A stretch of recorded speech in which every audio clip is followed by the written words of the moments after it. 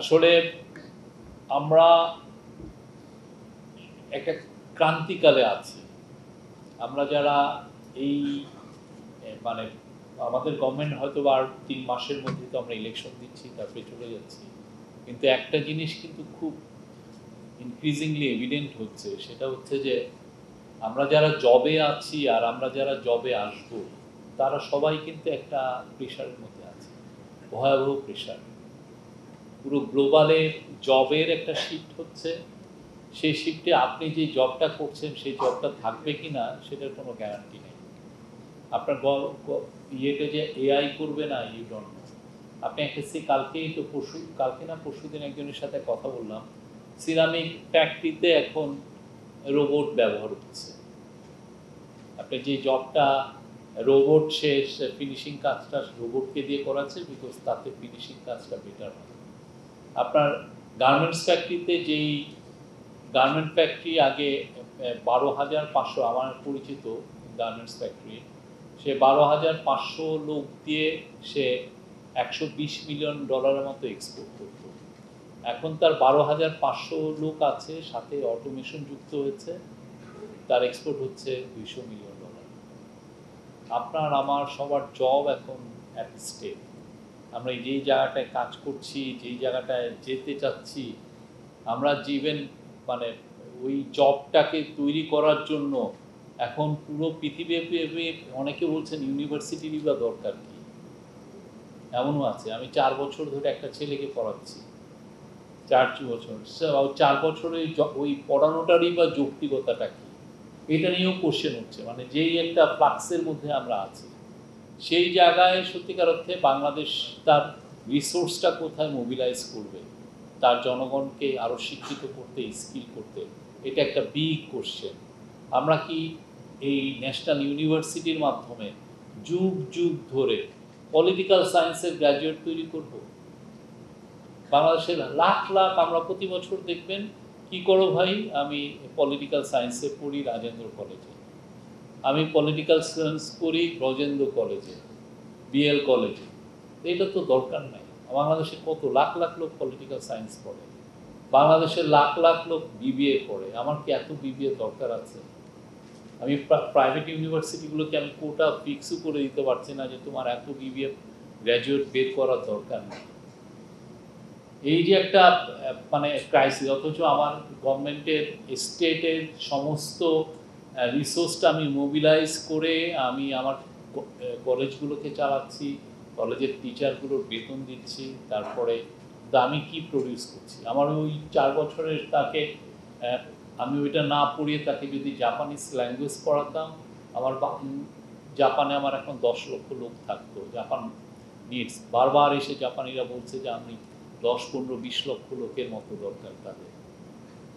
কোরিয়াতে একই অবস্থা, তাদের ওইখানে ম্যাসিভ ক্রাইসিস, জনসংখ্যার অপ্রতুল, যে কাজটা ওরা পাচ্ছে সে অনুযায়ী জনসংখ্যা অপ্রতুল।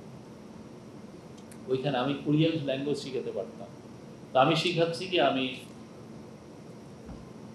পলিটিক্যাল সায়েন্স শিখাচ্ছি, দর্শনে, ফিলোসফিতে। বাংলাদেশের মতো বোধহয় পৃথিবীতে এত দর্শনের গ্র্যাজুয়েশন নাই, হ্যাঁ, কোথাও নেই এত দর্শন। আপনি রাষ্ট্রবিজ্ঞান, আপনি হিসাব আমি জানি না, আপনি আমাদের বলতে পারবেন, বোধহয় আমাদের প্রতি বছর কয়েক লাখ রাষ্ট্রবিজ্ঞান থেকে গ্র্যাজুয়েশন করে। কি করো? এটা করি। এই জায়গায় এসে আসলে সত্যিকার অর্থে গভর্নমেন্টের এই চিন্তাটা করতে হবে। আমি গেলাম হচ্ছে রেডিও বাংলাদেশে, সত্যিকার অর্থে আমাদের গভর্নমেন্ট তো আর এই বিষয়ে কিছু করবে না, সামনের গভর্নমেন্টের এই বিষয়টা আলাপ হবে। সেখানে আছেন কত 600, 700 বা আরও বেশি লোক।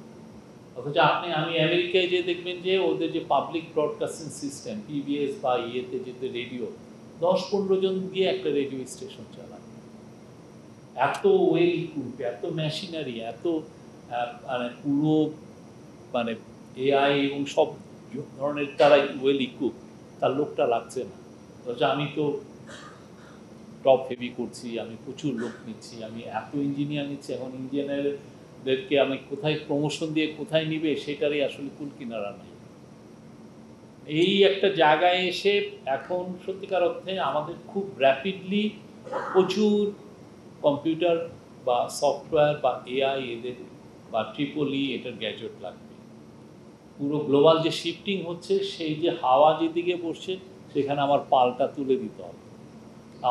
আমি যদি দেখি যে না, এই কাজটা আমরা পারছি না, কম্পিউটারে তার ম্যাথমেটিক্যাল স্কিল নাই, তার ইঞ্জিনিয়ারিংয়ের উপরে তার মিনিমাম ইয়ে নেই, তাহলে সেই ল্যাঙ্গুয়েজ শিখবে, আরবিক শিখে সৌদি আরবে অনেক জব, বেটার জব। সে তাইওয়ান, চাইনিজ শিখবে, ইভেনচুয়ালি চায়নায় হয়তো বা আপনার চায়নারও যে ওয়ান চাইল্ড সিস্টেমের কারণে তারাও একসময় হয়তো বা ওয়ার্কারের ক্রাইসিসে পড়বে। আমরা মানে আজকে আপনি যেখানে এখানে বসে আছেন, কালকে যে এখানে থাকবেন ইউ নেভার নো। আপনাকে হয়তো আইসল্যান্ডে যে কাজ করতে হবে, ইউ নেভার নো। একটা একদম শীতের দেশ। আমরা যারা বাংলাদেশিরা অনেকে তো যে ইয়েতে কাজ করছে, আর কানাডার সবচেয়ে শীত জায়গা, শীতের সবচেয়ে যেগুলো শীতের, সেইখানে যে তারা কাজ করছে, এই জায়গায় যেতে হবে। তো এইটাকে সামনে রেখে সত্যিকার অর্থে আমাদের কত বেশি সিএসসি বা ট্রিপলি বা কম্পিউটার বা সফটওয়্যার যাই রোবোটিক্স, এই কত গ্র্যাজুয়েট আমরা তৈরি করতে পারি, এইটার উপর নির্ভর করছে বাংলাদেশের ভবিষ্যৎ। বাংলাদেশ কি একটা হায়ার ইনকাম কান্ট্রিতে যাবে কি যাবে না, আমাদের পুরো ভবিষ্যৎটা ওই জায়গায় কাজ করছে। ওইটার জন্য আমাদের প্রচুর ট্রেনিং দরকার, প্রচুর লক্ষ্যে ট্রেনিং দরকার। এবং সত্যিকার অর্থে এই গভর্নমেন্টের হোক বা ভবিষ্যৎ গভর্নমেন্টের হোক, সিরিয়াস একটা চিন্তা করা উচিত আমি কোন কোন সাবজেক্টকে আমি রাখবো, কোন কোন সাবজেক্টে আমি কি আনলিমিটেড রিসোর্স মোবিলাইজ করবো কিনা, দিব কিনা। এই জায়গায় আমরা এসেছি। আমি মানে এই যে উদ্যোগটা, সেই উদ্যোগের কে থ্যাঙ্কস জানাই। এটা আমাদের আরও পুরো সারা বাংলাদেশে এটা ছড়িয়ে দেওয়া উচিত। এবং এই যে যারা যারা ফিলোসফি বা পলিটিক্যাল সায়েন্সে গ্র্যাজুয়েট হচ্ছেন, তাদেরকেও যেন আমরা আস্তে করে এই সমস্ত ইঞ্জিনিয়ারিং সাবজেক্ট বা কম্পিউটার রিলেটেড কোনো স্কিল যাতে তাদেরকে ট্রেন করতে পারি। এখন কম্পিউটার স্কিল, এআই এখন বাতাসের মতো হয়েছে, আপনাকে টের পাচ্ছেন, আপনার গায়ে লাগছে, আপনি দেখছেন না।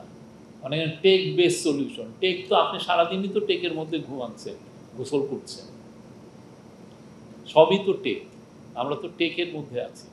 তো এই জায়গাগুলো আমরা কতটা ট্রেন করতে পারি, সেই জায়গাটা আমাদের খুব সিরিয়াসলি ভাবতে হবে। এবং গভর্নমেন্টেরও ন্যাশনাল ইউনিভার্সিটি, যেখানে 3.5 মিলিয়ন স্টুডেন্ট আছে, তাদেরকে কিভাবে আমরা আরও সিরিয়াসলি এই সমস্ত জায়গায় নিয়ে আসতে পারি, এটা ভাবতে হবে।